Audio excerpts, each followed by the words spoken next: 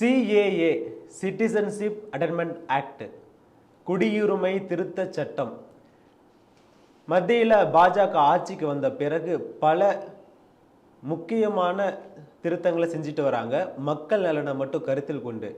ஆனால் இதற்கு இந்த ஆக்டுக்கு பல எதிர்ப்புகள் வந்த வண்ணமே இருக்குது.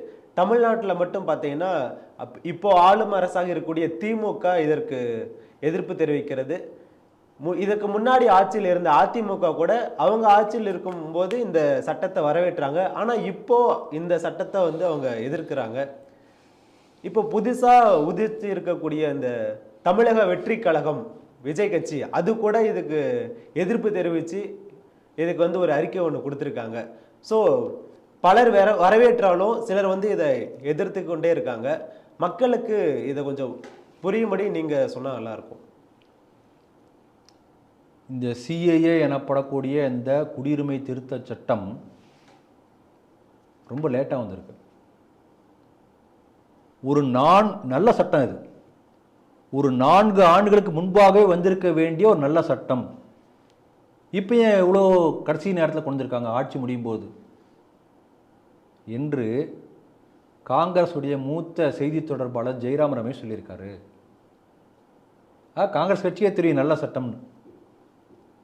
எதுக்கு சொல்ல வரேன்னா, இப்போ இவங்களா எதிர்க்கிறாங்க, அதெல்லாம் விட்டுருங்க, அதை பிறகு வருவோம்.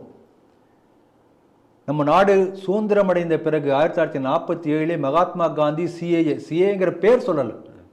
இந்த சட்டம் என்ன சொல்கிறதோ அது முழுக்க செயல்படுத்த வேண்டும் என்று காந்தியடிகள் சொல்லியிருக்கிறார். இந்த மாதிரி சட்டம் ஒன்று தேவை. ஆனால் நடக்கலை. அதற்கு பிறகு 10 ஆண்டுகள் கழித்து ஜவஹர்லால் நேரு பேசியிருக்கிறார். அங்கிருந்து வரக்கூடிய ஹிந்துக்களுக்கு மத ரீதியாக தாக்கப்பட்டு பாதுகாப்பு இல்லாமல் அகதிகளாக இங்கே வரக்கூடிய அடைக்கலம் தேடக்கூடிய ஹிந்துக்களுக்கு, மைனாரிட்டிகளுக்கு பாதுகாப்பு கொடுப்பதற்கான ஒரு சட்டம். இப்படிதான் அவங்க சொல்றாங்க. ரிலீஜியஸ்லி ப்ராசிக்யூட்டட் மைனாரிட்டிஸ் இன் பாகிஸ்தான், ஆப்கானிஸ்தான். இதை நம்ம தெளிவாக புரிஞ்சுக்கணும். இதை நேரு பேசியிருக்கிறார். ஆனால் செய்யறதுக்கான தைரியம் இல்லை. அதே காங்கிரஸ் கட்சியில் குல்ஜாரிலால் நந்தா என்ற மூத்த தலைவர் அவரும் பேசியிருக்கிறார். இதை விட ஒரு பெரிய ஜோக் சொல்றேன் கேளுங்க. மௌனமோகன் சிங் அவர் பேசவே மாட்டார் இல்லையா, அதனால மன்மோகன் சிங் மௌனமோகன் சிங் என்று சொல்வார்கள், MMS. அத்வானி அவர்கள் துணை பிரதமராக இருந்த போது வாஜ்பாய் ஆட்சி காலத்தில் இந்த சிஏஏ சட்ட திருத்தம் கொண்டு வர வேண்டும் என்று அத்வானியிடம் மனு கொடுத்தவர் இதே மன்மோகன் சிங். இப்போ இந்த கம்யூனிஸ்ட் கட்சியில் பேசுறாங்க இல்லையா, பிரகாஷ் காரத் என்று ஒருத்தர். அந்த பிரகாஷ் காரத் சிஏஏ சட்டம் வேண்டும் என்று சொல்லி மன்மோகன் சிங்கு கடிதம் எழுதியிருக்கிறார். அந்த கடிதம்லாம் இருக்கு, கவர்மெண்ட் ஆர்கைவ்ஸ்ல போய் பார்க்கலாம். ஆகவே இன்றைக்கு எதிர்ப்பதாக ஏமாற்றிக் கொண்டிருக்கூடிய காங்கிரஸோ அல்லது மற்ற கட்சிகள் இது வேணா எடுத்துக்கொள்ளலாம், இவர்கள் எல்லாமே ஒரு காலத்தில் ஆதரித்தவர்கள் தான். அந்த சிஏஏ சட்டத்தை நடைமுறைப்படுத்தக்கூடிய திராணி யாருக்கல்ல, அந்த தைரியம் அமித்ஷாவுக்கும் மோடிக்கு மட்டும்தான் இருந்திருக்கிறது, செய்திருக்கிறார்கள். இதை சிஏயோட சுருக்கமான வரலாறு. இது இப்போ நீங்கள் சொன்னீங்களே, அதுக்கு நான் வரேன். இப்போ விஜய் எதிர்த்திருக்கிறார். திமுக அரசு ஒரு காலம் இதை நாங்கள் அமல்படுத்த மாட்டோம் என்று சொல்கிறார்கள். இவங்கள என்ன பண்றாங்கன்னா, இந்த சிஏஏ என்பதை வைத்து ஒரு மத உணர்வை தூண்டக்கூடிய அரசியல் செய்து அதன் மூலம் முஸ்லீம் ஓட்டு தனக்கு கிடைக்கும் என்பதற்காக இந்த அரசியல் பண்றாங்க. அவங்களுக்கு தெரியும்.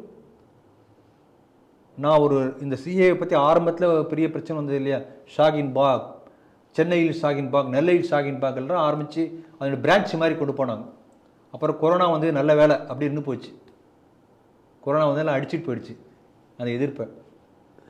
அப்போ சென்னை SIT காலேஜில் இந்த சன் குழுமத்தை சேர்ந்த எந்த டிவி, சன்னோ கலைஞரோ ஏதோ ஒரு டிவியில் நான் நியூஸ் பார்த்துட்டு இருக்கேன். அப்போ அவங்க கேட்குறாங்க, போயிட்டு அந்த SIT காலேஜில் படிக்கக்கூடிய மாணவிகள் பர்தா போட்டு, அது மாதிரி முஸ்லீம் மாணவிகள் ஒரு 3-4 பேர் இருக்காங்க, பக்கத்தில் ஹிந்து மாணவிகளும் கூட இருக்கக்கூடிய ஃப்ரெண்ட்ஸ் இருக்காங்க. அங்கே போய் கேட்குறாங்க, இந்த சிஏஏ சட்டம் வந்தால் இந்த நாட்டில் உள்ள முஸ்லிம்களும் அடித்து துரத்தப்பட்டு விடுவார்கள் பாகிஸ்தானுக்கு என்று சொல்கிறார்களே, இதை பற்றி உங்கள் கருத்து என்ன?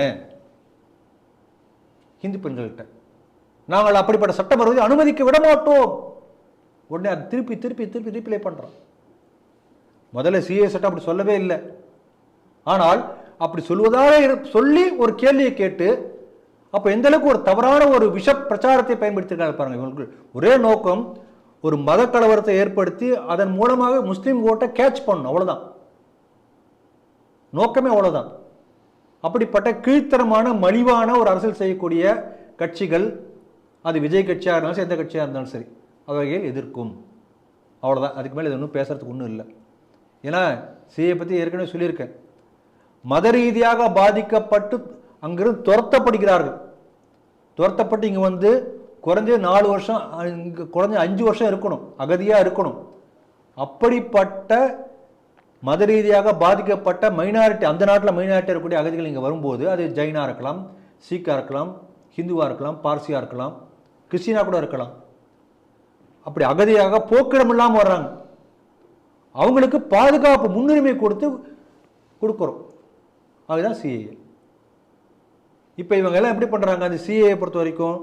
அப்போ நீங்கள் ஏன் ரோஹிங்கியாஸ் ஏன் கொடுக்கக்கூடாது, ஏன் முஸ்லீமை கொடுக்கல, அதான் கேள்வி கேட்குறேன். ரோஹிங்கியா முஸ்லீம்களுக்கு ஏன் கொடுக்க மாட்டேங்கிறீர்கள்? அவங்களாம் தனியாக இன்னும் ஒரு தனி இதில் தான் இருக்காங்க, கெட்டோவில் தான், அதுக்குள்ளே தான் அடைச்சி வச்சுருக்காங்க. அதிலே வந்து அங்கே பார்த்தீங்கன்னா ஒவ்வொருத்தர் 10-15 குழந்தை பெற்று அதை பெருசாக அந்த அகதிகள் முகாமே வீங்கிட்டே போகுது. என்ன எங்கே அதுக்கு எவ்வளோ பணம் போயிட்டுருக்கு பாருங்கள். இவங்களாம் யார்? பர்மாலேருந்து வந்திருக்காங்க, முஸ்லீம். இந்த ரோஹிங்கியா முஸ்லீம்களை பங்களாதேஷ் சேர்க்க தயாராக இல்லை. முஸ்லீம் நாடு தானே, அவனும் முஸ்லீம் தானே, சேர்த்துக்கிட்டுமே. பாகிஸ்தான் சேர்க்க தயாராக இல்லை, இஸ்லாமிக் கண்ட்ரி, அது லாவே இஸ்லாமிக் லா, சேர்த்துக்கிட்டுமே, சேர்த்துக்குவானா? ஆப்கான் தலிபான் ஆட்சி, ஷரியத் சட்டமே இருக்கு, பியூர் இஸ்லாம் ஆப்கான், ரோஹிங்கியா முஸ்லீம் சேர்த்துக்கிட்டுமே. இஸ்லாம் பிறந்த சவுதி அரேபியாவில் ரோஹிங்கியா முஸ்லீம் சேர்த்துக்குவாங்களா? ஒரு இஸ்லாமிய நாடு ரோஹிங்கியாக்களை சேர்த்துக்கொள்ள தயாராக இல்லை. ஆனால் இந்தியா எல்லாம் ரோஹிங்கியா வந்தானே எல்லாத்தையும் சேர்த்துக்கணுமா? இதில் இன்னும் என்ன குழப்பறாங்கன்னா, சட்டவிரோதமாக பங்களாதேஷிலிருந்து இங்கு குடியேறி வந்திருக்கக்கூடிய பங்களாதேஷ் அவர்களையும் இப்போ சிஏல என்ன பண்ணுறான், அங்கே அடித்து துரத்தி வேற வழி இல்லாமல் ஓடி வரான். ரெண்டையும் கம்பேர் பண்ணுறான். இப்போ பாகிஸ்தான், நம்ம இந்தியா பாகிஸ்தான் பிரிவினை நடந்த போது என்னாச்சு? பாகிஸ்தானில் கிட்டத்தட்ட சில கோடி ஹிந்துக்கள் இருக்காங்க, இங்கே சில கோடி முஸ்லீம்கள் இருக்காங்க. அப்போ அம்பேத்கர் ஒரு யோசனை சொல்கிறாரு, ஒரு டைம் எடுத்துக்குவோம், 2 வருஷம் 3 வருஷம் டைம் எடுத்துட்டு ஒரு கணக்கீடு எடுத்து இங்கே உள்ள முஸ்லீம் எல்லாம் அங்கே அனுப்பு, அங்கே உள்ள ஹிந்துக்கள்லாம் அங்கே அனுப்பு. அப்போ இவன் என்ன சொல்கிறான், இவ்வளோ முஸ்லீம்களுக்காக இவ்வளோ நிலப்பரப்பு இவ்வளோ சொல்லி கேட்டு வாங்கணும். அந்த நிலப்பரப்பில் அதை மாறினா அதே அட்ஜஸ்ட் பண்ணி எக்ஸ்ட்ரா நிலம் தர வேண்டியதா பாகிஸ்தான் பிடிக்கும். நல்ல கான்செப்ட் இல்லை, பண்ணியிருக்கணும். அப்போ காந்தி சொல்கிறாரு, ஐயோ அதெல்லாம் வேணாமல, அது அவங்க அங்கே இருக்கட்டும், இங்கே இருக்கட்டும், அப்படியே இருக்கட்டும், அவ்வளோதான். ஆனால் சில கோடி ஹிந்துக்களாக அங்கே இருந்த ஹிந்துக்கள் பாகிஸ்தானில் இன்றைக்கு சில லட்சம் இந்துக்களாக இருக்கிறார்கள். கரெக்டான புள்ளிவரை தெரியாது, யார்கிட்ட இல்லை, சில 3 கோடி இருக்கலாம்னு வச்சுக்கோங்களேன் உதாரணத்துக்கு. இங்கு சில கோடி முஸ்லீம்களாக இருந்த முஸ்லீம்கள் பல கோடி முஸ்லீம்களாக இங்கே பெருகி இருக்கிறார்கள். அங்கே கோடி வந்து லட்சமாக இருக்கு ஹிந்துக்கள்ல, இங்கே கோடி வந்து பல கோடியாக மாறி இருக்கிறது முஸ்லீம்கள். அப்போ முஸ்லீம்கள் எங்கே பாதுகாப்பாக இருக்கிறார்கள் பார்த்துக்கொள்ளுங்க. இங்கே அதே போல சில கோடி முஸ்லீம்கள் சில லட்சம் முஸ்லீம்கள் மாறி இருந்தான்னு வச்சுக்கோங்களேன், அப்போ வந்து நீ இதெல்லாம் பேசலாம், இங்கே முஸ்லீம்களுக்கு அச்சுறுத்தல் இருக்கு என்று சொல்லி. ஆனால் இங்கே முஸ்லீம்கள் இன்னும் சென்சஸ் எடுத்தாலும் தெரியும் எத்தனை கோடி இருக்காங்கன்னு தெரியாது, யாருக்குமே தெரியாது. பல கோடி ஆயாச்சு, ஒரு 3-4 பங்கு ஆயிருப்பாங்கன்னு நினைக்கிறேன். ஆகவே பாதுகாப்பற்ற சூழ்நிலையில் பாகிஸ்தானில் இருக்கக்கூடிய பெரிய பெரிய படித்த ஹிந்துக்களுக்கு கூட அவன் வந்து இதாக இருக்கணும், போய் ஸ்கேவஞ்சராக இருக்கணும், மழை மல்லணும், சாக்கடை கிளீன் பண்ணணும், அதான் பண்ண முடியும். அங்கே வாழக்கூடிய ஹிந்து பெண்களுக்கு என்றைக்குமே பாதுகாப்பு இல்லை, எப்போ வேணா தாக்குதல் நடத்தலாம், எத்தனை பேர் வேணா எப்போ வேணா என்ன வேணா பண்ணலாம். அப்படிப்பட்ட அச்சத்தில் வாழக்கூடிய ஹிந்துக்களுக்கு நீ அகதியாக ஓடி வந்து தப்பிச்சு வந்து இங்கே டெல்லியில் வந்து குளிரில் ஒடுங்கி கிடக்கூடியவனுக்கு சரிப்பா குடியுரிமை தரேன் அப்படின்னு சொல்லி சொன்னோம்னா அது தப்பான். இப்போ பாகிஸ்தானில் ஒருத்தன் சொல்லியிருக்கான், அது ஒன்றும் வரப்போகிறது, சும்மா இந்த சமயத்தில் பேசுவாங்களே அந்த மாதிரி ஒருத்தர் பேசியிருக்கார். இதே போல் பாகிஸ்தான் அரசு முன்வந்து இங்கு ஒரு இந்தியாவிலே தாக்கக்கூடிய முஸ்லீம்கள் இங்கிருந்து பாகிஸ்தானுக்கு வர தயாராக இருந்தால் அவர்களை இருக்கிறம் கூப்பி வரவேற்பதற்காக ஒரு சிஏ சட்டம் போன்ற ஒரு சட்டம் பாகிஸ்தான் நிறைவேற்றப்பட வேண்டும் என்று அங்கே நாட்டில் ஒரு அரசியல் விமர்சகர் பேசியிருக்கார், ட்வீட் பண்ணியிருக்கார். அந்த மாதிரி சில சட்டம் வருதுன்னு வச்சுக்கலாம். இங்கே இப்போ பேசுகிறாங்களே இந்த ஓவைசி, இங்கே தமிழ்நாட்டில் எடுத்துக்கோங்களேன், ஜைனுலாப்தீன் இல்லை ஏகப்பட்ட டிக்கெட் இருக்கு, போவாங்களான்னு கேட்குறேன். நிச்சயமாக முஸ்லீம்கள் பாதுகாப்பாக இருக்கக்கூடிய ஒரே நாடு நம்ம நாடு தான். இவன் அங்கே போனான்னா நிச்சயம் வந்து ஒரு கொஞ்ச நாளே உடனே அடிச்சு போடுவான். ஒரே பாகிஸ்தான் தான் இருந்தது, கிழக்கு பாகிஸ்தான் மேற்கு பாகிஸ்தான். என்ன பிரச்சனை? நான் வங்காள மொழி பேசுகிறேன், நீ வந்து உருது பேசுகிற, உருது பேசக்கூடிய கட்டாயப்படுத்தான்னு சொன்னாங்க. அதை கேட்கல, அதில் வெடித்து பிரிஞ்சுதான் பங்களாதேஷ். தமிழ்நாட்டில் ஒரு ஜைனுலாப்தீன் போனால் விட்டுருவான் அவன். நீ எல்லாம் இங்கே உள்ள லெப்பையெல்லாம் அங்கே போனான்னா உருது தான் பேசணும்பான். உருது நகினா போ அப்படி எட்டி வச்சிடும், முடிஞ்சு போச்சு கதை, அவ்வளோதான் சுதந்திரம். ஆகவே சிஏஏ வைத்து இவர்களெல்லாம் குழப்பி கொண்டிருக்கிறார்கள். இன்றைக்கு கூட வந்து பாருங்கள், நம்ம நண்பர் ஒருத்தர் நாக்பூர்லேருந்து வந்திருந்தார். அவர் சொன்னார், நாக்பூரில் கிட்டத்தட்ட 30-40 ஆண்டுகளாக, மோர் தென் 40 இயர்ஸ், பாகிஸ்தான் பிரிவினையின் போது அங்கிருந்து அகதிகளாக தஞ்சம் அடைந்து வந்து ரோடில் வந்து இருக்கான். 40 வருஷமாக அகதி. அவனுக்கு வந்து எந்த போலீஸ் ஸ்டேஷனில் போய் கையெழுத்து போடணும், இவன் மாதிரி கிரிமினல் மாதிரி. அவங்கெல்லாம் யார்? பிரிக்கப்பட்ட அந்த பாகிஸ்தானில் ஒரு பெரிய லெக்சரர், பெரிய ஒரு நிலச்சுவாந்தார், ஒரு பெரிய ஒரு தனவந்தர், ட்ரேடர், அப்படியே இருந்தவங்க பாகிஸ்தானில் அடித்து துரத்தப்பட்டு வேறு வழி இல்லாமல் ஒவ்வொருத்தரும் ஒரு உள்ள போய் செட்டில் ஆகிறாங்க.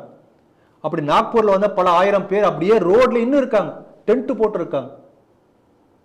அப்படி அபலைகளாக இருக்கக்கூடிய, ஆதரவு இல்லாமல் இருக்கக்கூடிய சரணாகதின்னு இங்கே வந்து சேர்ந்திருக்கக்கூடிய அவர்களுக்கு அடைக்கலம் கொடுக்கக்கூடிய ஒரு சட்டம் தான் இந்த சிஏஏ. அது தெளிவாக புரிஞ்சுக்கணும். அந்த புரிதல் கூட இல்லாமல் இதை வைத்து இன்றும் வெறுப்பு அரசியல், மத வெறுப்பு அரசியல் செய்து கொண்டிருக்கக்கூடிய கீழ்த்தரமான கட்சிகளாக நீங்கள் சொன்னீங்களே விஜய், திமுக, இப்படிப்பட்ட கட்சிகள் இருக்கின்றன என்பது ஒரு வருத்தத்துக்குரிய ஒரு செய்தி. ஏன்னா சிஏஏ பற்றி நம்ம நிறைய பலமுறை பேசிட்டோம். இந்த சமயத்தில் இன்னும் ஒரே ஒரு விஷயம் நான் சொல்ல விரும்புகிறேன். அது வந்து எந்தளவுக்கு சிஏஏக்கு ரெலவெண்ட் நீங்கள் முடிவு பண்ணிக்கோங்க. 1950களில் சுதந்திரம் அடைந்து கொஞ்ச நாளுக்கு பிறகு அப்போ இருந்த பாகிஸ்தான் பிரதமர் லியாக்கத் அலி கான் அவருக்கும் நேருக்கும் நடுவில் ஒரு இருதரப்பு ஒப்பந்தம் ஏற்படுகிறது. அந்த இருதரப்பு ஒப்பந்தத்தில் என்ன போட்டுறாங்கன்னா, இங்கே பாருங்கள், பாகிஸ்தானில் ஹிந்துக்கள் இருக்காங்க, சிறுபான்மை. இதே போல் இந்தியாவில் முஸ்லீம்கள் இருக்காங்க, சிறுபான்மை.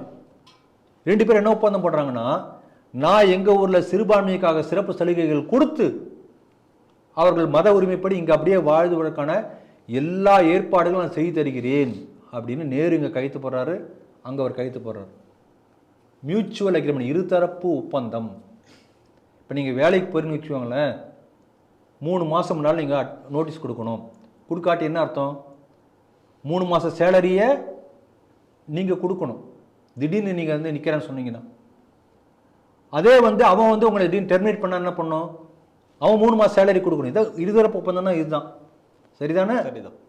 நேரு லியாக்கத் அலிகான் ஒப்பந்தம் போட்ட போது என்ன மக்கள் தொகை பாகிஸ்தானில் ஹிந்துக்களாக இருந்தார்கள், என்ன மக்கள் தொகை ஹிந்துக்கள் முஸ்லீம்கள் இங்கே இருந்தார்களோ இப்போ அது இருக்கா? இல்லை. அப்போ பாதுகாப்பற்ற சூழ்நிலை காரணமாகத்தான் அல்லது பலவந்தப்படுத்தப்பட்டோ அல்லது ஃபோர்ஸ்ஃபுல்லாக தான் கோடிக்கணக்கில் இருந்த ஹிந்துக்கள் வெட்டி சாகடிச்சாங்களா இல்லை கன்வெர்ட் ஆனாலும் தெரியாது. அதை பற்றியில் விவரம் தெரியாது யாருக்குமே, ஃபுல் ஸ்டாட்டிஸ்டிக்ஸ் தெரியாது. ஆனால் ஹிந்துக்கள் இல்லை, கிணத்த காணுங்கிற கதை தான், வடிவேல் கதை மாதிரி தான். அப்போ அந்த இருதரப்பு ஒப்பந்தத்தை மீறியது பாகிஸ்தான். நான் சொன்ன புரிஞ்சுங்களா? ஆகவே இங்கே இந்த விஷயம் நான் தெளிவாக சொல்ல விரும்புகிறேன். இங்கே யாரும் வந்து இங்கே உள்ள முஸ்லீம்கள்லாம் அடித்து துரத்தப்படுவார்கள் என்று இவங்க சிஏ வச்சு இங்கே பேசினாங்க இல்லையா, சிஏ சட்டத்தில் அந்த மாதிரி இல்லை. ஒரு கால் அப்படி அடித்து துரத்தினால் கூட சட்டப்படி லியாக்கத் அலிகான் அந்த ஒப்பந்தத்தை மீறிய காரணத்தினால் யாரும் ஒன்றும் சொல்ல முடியாது. சொன்ன பாயிண்ட் புரிஞ்சிருக்குன்னு நினைக்கிறேன். ஆகவே வெறுப்பு அரசியல் பரப்பி கொண்டிருக்கிறார்கள். வரலாற்றை எடுத்து படித்து பார்க்கணும் எல்லாரும். அதுக்காக சொல்ல வரேன். ஒரு விஷயம் நம்ம தெளிவாக புரிஞ்சுக்கணும். நம்ம நாட்டில் இருந்த எல்லா அரசியல்வாதிகளுமே காங்கிரஸ்லேருந்து ஆரம்பித்து இப்போ இருக்கக்கூடிய நேற்று முளைத்த அந்த விஜயுடைய கட்சி வரைக்கும் எல்லாமே என்ன பண்ணுறாங்கன்னா, சிறுபான்மையினை தாஜா செய்யணும், பெரும்பான்மையாக இருக்கக்கூடிய ஹிந்துக்களை வந்து ஜாதி ரீதியாக பிளவுபடுத்தணும். அப்புறம் அந்த ஒவ்வொரு குறிப்பிட்ட இந்த ஜாதி ஓட்டு, இந்த கிறிஸ்டின் ஓட்டு இப்படி அள்ளணும், இப்படி தான் பிளான் பண்ணுறாங்க. இந்த வெள்ளைக்காரனுடைய பிரித்தாளும் சூழ்ச்சியுடைய அதனுடைய தொடர்ச்சி நீட்சி அப்படியே எல்லாம் அரசியல் பண்ணி கொண்டிருக்கிறார்கள். ஆனால் நீங்கள் பாருங்கள், காந்தி என்ன பண்ணார்? ஹிந்துக்களை ஒருங்கிணைத்தார். போய் தேசத்துக்காக போராடு அதெல்லாம் பண்ணல. ராம பஜனை சொன்னார். ஹிந்துக்களுக்கு எது கேட்ச் ஆகும்? ராம். அந்த ராமரை சொன்னார். அப்போ ராமரை சொன்னே பல ஆயிரக்கணக்கான ஹிந்துக்கள் வந்து அவரோட ஒன்று சேர்ந்தாங்க. ஹிந்துக்கள் முஸ்லீம் சேர்ந்தெல்லாம் ஒன்றும் யாரும் போராடலை, ஹிந்துக்கள் தான் போராடினார்கள். விதிவிலக்காக சில முஸ்லீம் போராடி இருப்பாங்க. அப்போ ஒரு மிகப்பெரிய வந்து சுதந்திர போராட்டத்தில் காந்தி வந்து மிகப்பெரிய அளவில் லட்சக்கணக்கான மக்களை ஈர்த்தார். அந்த வெற்றி வந்து அது வரைக்கும் உலகத்தில் யாருமே இது வரைக்கும் அது மாதிரி பண்ணல. அப்படி ஈர்ப்பதற்கு காரணமாக இருந்து பார்த்தோம் என்று சொன்னால் ஹிந்துத்துவா. அவருக்கு முன்னால் அதே வேலையை திலகர் செய்தார். விநாயகரை கொண்டு வந்து மக்களை ஒன்று சேர்த்தார். காந்திக்கு பிறகு அதே போன்ற ஒரு காரியத்தை மோடி செய்திருக்கிறார். இப்போ இவங்களாம் என்ன முதல்ல ஆரம்பத்தில் சொன்னேன், ஜெய்ராம் ரமேஷ் வந்து சொல்கிறார். என்ன சொல்கிறாருன்னா, போச்சு பங்களா இதில் மேற்குவங்கத்திலையும் அஸ்ஸாம்லேயும் ஹிந்துக்கள் ஓட்டு போலரைஸ் ஆகி எல்லா ஹிந்து ஓட்டும் பிஜேபிக்கு கிடைச்சிடும், பிஜேபி ஜெயிச்சிடும். அதான் எங்கள் பயமே. ஆனால் சிஏ நல்ல சட்டம், அதையும் எப்போயோ கொண்டு வந்தாங்க. அப்போ மோடி என்ன செய்திருக்கிறார்? ராமர் கோயிலை திறந்தார். இப்போ பாருங்க, சிஏ கொண்டு வந்திருக்கிறார், 370 நீக்கினார். அப்போ பெரும்பான்மை ஹிந்துக்களுடைய அந்த ஒன்றுபட்ட சக்தியை இணைக்கக்கூடிய ஒரு நாயகனாக, அந்த சூட்சுமத்தை தெரிந்தவராக அவர் இருந்திருக்கிறார். இது வரைக்கும் இவங்க நடத்த பாலிடிக்ஸ் வேற, ஜாதியா பிரித்து அந்த ஜாதியை அப்படி பிரிக்கக்கூடிய பாலிடிக்ஸ் பண்ணாங்க. இவர் எல்லா ஹிந்துக்களையும் ஒன்றாக ஒன்றிணைக்கக்கூடிய ஒரு டிஃப்ரெண்ட் பொலிட்டிக்கல் அந்த பெர்ஸ்பெக்டிவ் அதை கொடுத்திருக்கிறார் மோடி என்று நான் நினைக்கிறேன். இந்த எலெக்ஷனுக்கு முன்னாடி வந்து மோடி வந்து சொல்லியிருக்கார், எதுவுமே வந்து அவர் சொன்னதே செய்யாமல் நடந்ததே இல்லை. காஷ்மீருக்கு இருக்கிறதா இருக்கும் எல்லாமே வந்து அவர் சொல்லியிருக்கிறார். மோடிக்கா கேரண்டின்னு வந்து விளம்பரம் வருகிறது இல்லையா, அது போல் அவர் கேரண்டி கொடுத்தார். இந்த தேர்தலுக்கு முன்னதாக சிஏஏ சட்டம் அமலுக்கு வரும் சொன்னார், வந்துவிட்டது. ஆகவே சொன்னதை செய்த மோடிக்கு நமது பாராட்டுகள். இதே போல் அடுத்து என்ஆர்சி தேசிய மக்கள் பதிவேடும் வர வேண்டும். அப்பொழுதுதான் நம்ம நாட்டிலே வந்து சட்டவிரோதமாக குடியிருக்கக்கூடிய பல கோடிக்கணக்கான பங்களாதேசிகள் வெளியேற்ற களையெடுக்கப்படுவார்கள். அப்படிப்பட்ட சூழ்நிலை வர வேண்டும், அது நாட்டுக்கு நல்லது. ஆகவே சிஏக்கு அடுத்ததாக இந்த தேர்தல் முடிந்த பிறகு அந்த என்ஆர்சியும் வர வேண்டும் என்று சொல்லி பிரார்த்தனை செய்து இந்த செய்தியை நிறைவு செய்கிறேன்.